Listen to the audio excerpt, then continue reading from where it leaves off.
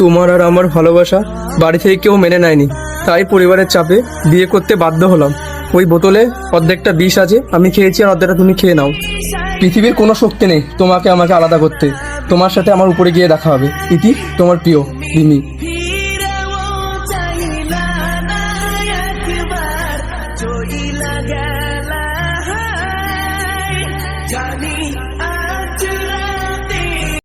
A few moments later. তুমি আমাকে ছেড়ে কোনোদিন চলে যাবে না তো? তোমার জন্য আমি জীবন দিতে পারি, কিন্তু তোমাকে ছেড়ে কোনোদিন যাব?